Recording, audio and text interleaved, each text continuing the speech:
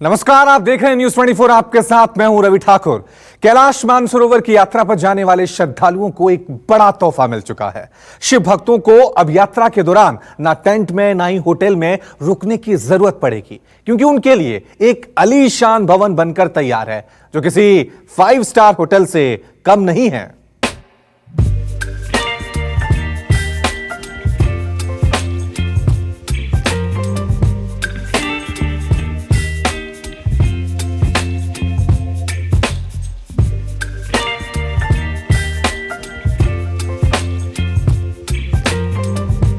सरोवर की यात्रा करने वाले यात्रियों के लिए उत्तर प्रदेश सरकार ने एक भव्यता के साथ इस भवन का निर्माण किया है। सोच ये थी कि जितने भी यात्री जाते हैं उनके रहने की, ठहरने की व्यवस्था इतनी आलीशान तरीके से की जाए कि उनको खुद लगे कि ये कहीं ना कहीं सरकार की तरफ से एक बढ़िया प्रयास किया गया है। हम फिलहाल इस समय हैं इंदिरापुरम के कैलाश मानसरोवर भवन में। यहाँ की भव्यता आपको समझाने का प्रयास करेंगे और दिखाएंगे कि किस तरीके से 5 स्टार होटल की तरह इस भवन का निर्माण किया गया है और यहाँ पर फैसिलिटीज भी उसी हिसाब से दी गई हैं। उत्तर प्रदेश के मुख्यमंत्री योगी आदित्यनाथ ने इंदिरापुरम में बने कैलाश मानसरोवर भवन का उद्घाटन कर देश के करोड़ों श्रद्धालुओं को बड़ी सौगात दी। धर्मार्थ कार्य विभाग द्वारा इस भव्य भवन को 70 करोड़ रुपए की लागत से तैयार किया गया है। खास बात यह है कि देश भर से कैलाश मानसरोवर यात्रा और 4 धाम यात्रा करने वाले श्रद्धालुओं को यहाँ 5 स्टार होटल की तरह सुविधाएं मिलेंगी। यहाँ पर 280 लोगों के रुकने की व्यवस्था है। यहाँ रिसेप्शन में जैसे ही आप एंट्री करेंगे, इसकी भव्यता का अंदाजा आपको लग जाएगा। मानसरोवर भवन का यह है रिसेप्शन हॉल, जहां पर मैं खड़ा हूं। जो भी यात्री आएगा सबसे पहले रिसेप्शन पे जाएगा, उसके बाद वो यहाँ से अलॉटमेंट करा सकता है कौन से रूम में उसको वहां पर रहने की व्यवस्था मिलने वाली है, और अलॉटमेंट कराने के बाद बाकायदा यहीं पर बैठकर वो वेट करेगा। उसके बाद उसको उसके रूम में जाने की इजाज़त मिलेगी। लेकिन फिलहाल आप इस रिसेप्शन एरिया को देखेंगे तो अपने आप समझ जाएंगे किस तरीके से इसको एक बड़े निर्माण कार्य के लिए एक रूप दिया गया है। और पहला जो एंट्रेंस है उसे देखकर ही आप समझ जाएंगे कि अंदर कितनी सारी फैसिलिटीज़ यहाँ पर अवेलेबल हैं। तो मेरे साथ इस समय प्रमोद शुक्ला हैं जो यहाँ पर इंजीनियर हैं और तमाम 2 साल में इनकी देखरेख में लगभग यहाँ पर सब काम हुआ भी है। तो प्रमोद जी, मुझे एक सवाल मेरा ये है कि हम लोगों ने जब एंट्री करी तो रिसेप्शन देखा तो एक अपने आप में लाइटिंग भी यहाँ पर ज़बरदस्त तरीके से है, रिफ्लेक्ट कर रहा है और ऐसा लग रहा है कि किसी हम सरकारी भवन में नहीं, हम तो किसी 5 स्टार होटल में हैं जी। क्या ये जब निर्माण कर रहे थे तो सोच ये थी कि भाई एक बड़े निर्माण को जन्म देना है, एक 5 स्टार होटल की तरह इस भवन को बनाना है? इसकी जब बिल्डिंग आई थी तभी हमें बताया गया था कि इसका जो उद्घाटन योगी जी करेंगे और ये कैलाश मानसरोवर अपने आप में जो है अपने एक देश का एक अनोखा भवन है और इसको इस तरीके से बनाना है कि इसकी भव्यता जो है हमें दूर से दिखाई पड़े कि एक भव्य धार्मिक यात्राओं के लिए ये भवन बन रहा है। उसी हिसाब से इसको डिजाइन किया गया और बनाया गया है। जरा वो लाइटिंग दिखाएं, कितनी ज़बरदस्त तरीके से यहाँ पर लाइटिंग की गई है और जिसका रिफ्लेक्शन अगर आप देखेंगे तो तमाम आसपास के शीशों पर आपको पड़ता हुआ नज़र आ रहा होगा। ये सोच ऐसी थी कि हम जितने भी यात्रियों को यहाँ पर ठहराते हैं वो कम से कम ये समझते नज़र आएँ कि अब जो है वो किसी सरकारी भवन में जाएंगे अगर आप तो व्यवस्था आपको ऐसी मिलेगी मानिए कि आप किसी 5 सितारा होटल में आए हुए हैं। ये प्रतीक्षालय है, यानी कि रिसेप्शन पर जब भी अलॉटमेंट होगा तो उस समय यहाँ पर आकर तमाम यात्री वेट कर सकते हैं। तो उनके बैठने की व्यवस्था यहाँ पर की गई है और उसके बाद अलॉटमेंट के बाद ही वो अपने रूम में जा पाएंगे। एंट्रेंस के ठीक बगल में यहाँ भगवान भोलेनाथ का मंदिर बनाया गया है। यहाँ 4 शिवलिंग कैलाश मानसरोवर से लाकर स्थापित की गई हैं। भगवान भोलेनाथ के दर्शन करने आप जा रहे हैं, यानी कैलाश मानसरोवर की यात्रा में जब आप कैलाश मानसरोवर भवन में रुकेंगे तो यहाँ पर विशेषता मंदिर का निर्माण किया गया है। यहाँ पर भगवान शिव की प्रतिमा है और छोटी छोटी आप शिवलिंग नज़र आ रही होगी आपको। ये तमाम वो शिवलिंग है जो कैलाश मानसरोवर से यहाँ पर लाकर स्थापित की गई हैं। यानी कि इस भवन में रुकिए, यहाँ पर भगवान शिव की पूजा करिए, अर्चना कीजिए और उसके बाद अपनी धार्मिक यात्रा को पूरी करने के लिए यहाँ से प्रस्थान भी करिए। भवन की सबसे खास बात यहाँ ठहरने के लिए रूम, जो किसी 5 स्टार होटल के रूम से कम नजर नहीं आते। हर तरह की सुविधा का खास ध्यान यहाँ रखा गया है। यहाँ सबसे ज्यादा आकर्षण का केंद्र है यहाँ के रूम। यहाँ के रूम अगर आप देखेंगे तो आपको साफ लगेगा कि फैसिलिटीज के मुकाबले में ये किसी बड़े होटल के रूम के मुकाबले कहीं भी कम नहीं है।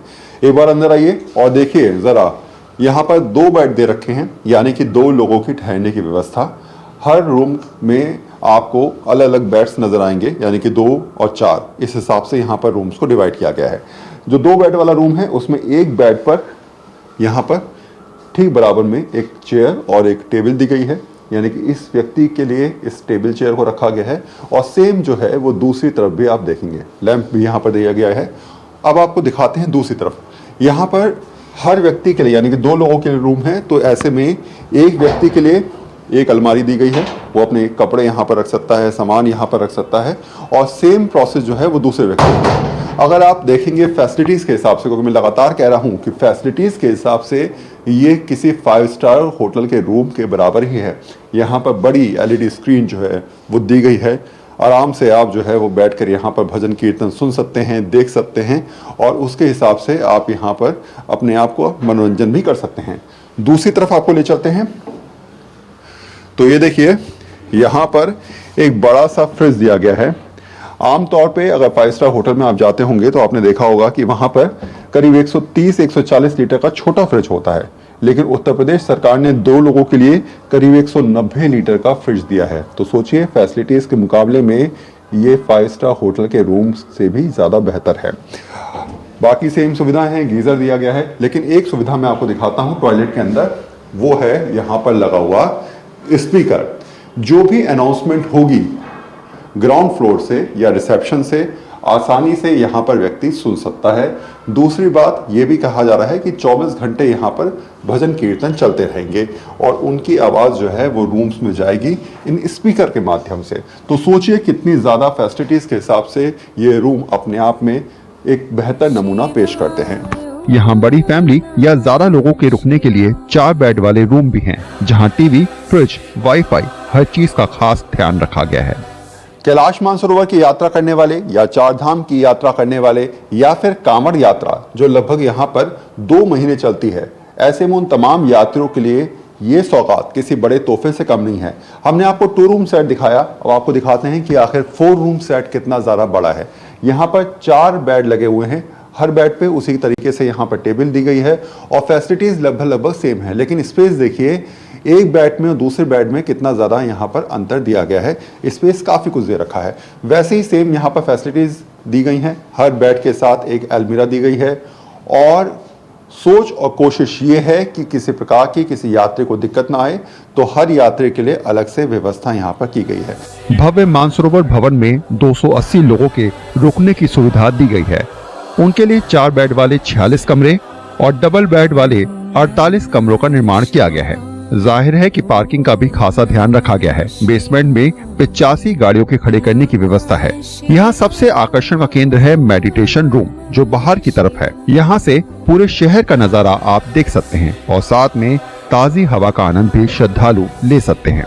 यात्रियों की हर सुविधा का यहाँ पर ध्यान रखा गया है। ऐसे में यात्रियों के लिए मेडिटेशन हॉल यहाँ पर बनाया गया है। यात्री यहाँ पर आकर ध्यान लगा सकते हैं और कितना अद्भुत तरीके से इसको डिज़ाइन किया गया है, ज़रा आप देखिए।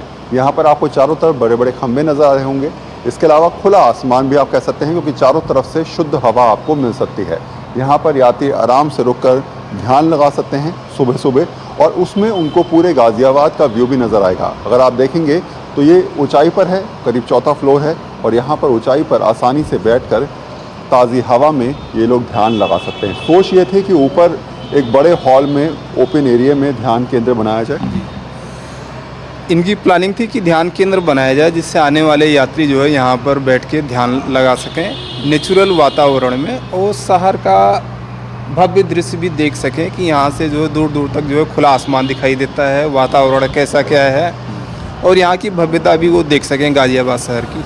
धार्मिक यात्रा के लिए निकले श्रद्धालुओं के लिए यहाँ योगा रूम भी बनाया गया है, जो बिल्डिंग से थोड़ा सा अलग है, क्योंकि इस बात का ध्यान रखा गया है कि योग के दौरान किसी तरह का कोई शोर नहीं हो और लोग शांति के साथ योग कर सके। धार्मिक रूप से जोड़ने के लिए यहाँ पर तमाम सुविधाएं दी गई हैं।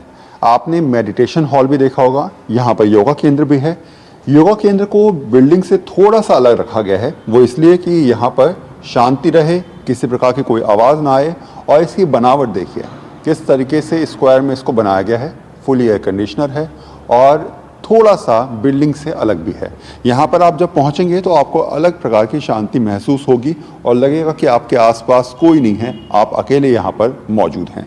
तो क्या ये सोच थी कि इसको बिल्डिंग से थोड़ा अलग रखा जाए, जिससे जो योग करें उनको आराम मिले, कोई आवाज़ सुनाई ना दे और शांति से बैठ कर वो अपना योग कर सकें? जी बिल्कुल, इसको ऐसा बनाया गया कि आदमी यहाँ पर सुकून से कर सके, उसको कोई तरीके का डिस्टर्बेंस ना हो। इसका डिज़ाइन, इसकी फ्लोरिंग ऐसे बनाया गया है कि आदमी अपना शांतिपूर्वक अपना योगा पर ध्यान केंद्रित कर सके। तो ये कहते हैं ना, यहाँ पर तमाम सुविधाएं भी दी गई हैं, सरलता भी इस बिल्डिंग में आपको नज़र आएगी। धार्मिक रूप से इसको जोड़ने का प्रयास भी किया गया है और कोशिश ये की गई है कि आने वाले तमाम यात्रियों के लिए सारी बेहतर सुविधाएं इस बिल्डिंग के अंदर मौजूद रहें। यहाँ की किचन भी पूरी तरह से हाईटेक है। किचन में करीब 1000 से ज्यादा लोगों का खाना आसानी से बन सकता है। यहाँ ठहरने की व्यवस्था भले ही 280 लोगों की हो, लेकिन खाना खाने के लिए और खाने की व्यवस्था के लिए करीब 500 से 1000 आदमी यहाँ पर खा सकता है। उस प्रकार का प्रबंध यहाँ पर किया गया है। तो आप देखेंगे अलग अलग मशीन्स यहाँ पर लगाई गई हैं। उन मशीन्स के बारे में मैं आपको बताता हूँ। सबसे पहले ये है मिल्क बॉयलर मशीन और टी बॉयलर, यानी कि चाय बनाने की मशीन है। और इस मशीन में आसानी से एक बार में करीब 500 से 700 लोगों की चाय बन सकती है। अगर मेरे कैमरामैन थोड़ा सा दिखाएं आपको, तो बड़ी बॉयलर मशीन है और ये मशीन जो है वो एक बार में 500 से 700 लोगों की चाय आसानी से बना देगी। इसके अलावा यहाँ पर दी गई है दूसरी मशीन, जिसको लिखा है बल्क फ्रायर मशीन, यानी कि इसमें जो है वो सब्जी या फिर कोई और चीज़ जो है अगर फ्राई करनी हो तो आसानी इसमें से फ्राई कर सकते हैं। बेसिकली अगर कहा जाए तो सब्जी बनाने के लिए जो है वो इस मशीन का प्रयोग किया जाएगा। दूसरी मशीन है बल्क कुकर बॉयलर, यानी कि चावल अगर उबालने हैं तो आप इसमें उबाल सकते हैं, सब्जी अगर आपको उबालनी है तो इसमें आप उबाल सकते हैं। और सबसे ज़्यादा प्रयोग इसमें चावल उबालने के लिए किया जाएगा। जितनी इसकी कैपेसिटी है वो करीब 1000 लोग जो हैं वो इसमें एक बार में खाना खा सकते हैं। इसके अलावा आप देखेंगे तो ये है आटा गूंदने की मशीन। एक बार में करीब 500 लोगों का आटा जो है वो इसमें गूंदा जा पाएगा। इसके बाद यहाँ पर है रोटी मेकर मशीन। तो ये तमाम मशीन जो हैं वो हाईटेक भी हैं, सारे बड़े किचन्स में प्रयोग की जाती हैं और जितने भी 5 सितारा होटल्स में हैं सभी जगह अगर आप जाएंगे तो इस प्रकार की बड़ी मशीन ही आपको नजर आएंगी। अगस्त 2017 को मुख्यमंत्री योगी आदित्यनाथ ने कबीर नगर के रामलीला मैदान में जनसभा के दौरान गाजियाबाद में कैलाश मानसरोवर भवन बनाने की घोषणा की। मुख्यमंत्री की घोषणा के बाद प्रशासन, नगर निगम और जीडीए अधिकारी जमीन की तलाश में जुट गए थे। 2018 में सांसद जनरल वीके सिंह ने मानसरोवर भवन का इंदिरापुरम के शक्तिखंड में 14,869 वर्ग मीटर जमीन पर विधि विधान से शिलान्यास किया और 6 जून 2018 को निर्माण कार्य फिर शुरू हुआ। वरुण सिन्हा, न्यूज़ 24। नमस्कार, मैं हूं मानक गुप्ता। अगर आपको हमारा ये वीडियो पसंद आया हो तो इसे लाइक और शेयर जरूर करें और हाँ, हमें सब्सक्राइब और फॉलो करना ना भूलें ताकि आप देश और दुनिया की कोई खबर मिस ना करें। चाहे कोई ब्रेकिंग न्यूज हो या कोरोना वायरस से जुड़ी कोई भी अपडेट, पॉलिटिक्स हो या आपकी जेब से जुड़ी कोई खबर, इलेक्शन की कोई न्यूज हो, कोई कंट्रोवर्सी हो या फिर कोई वायरल वीडियो, सब कुछ मिलेगा न्यूज़ 24 पर। तो जुड़े रहिए हमारे साथ और देखते रहिए न्यूज़ 24।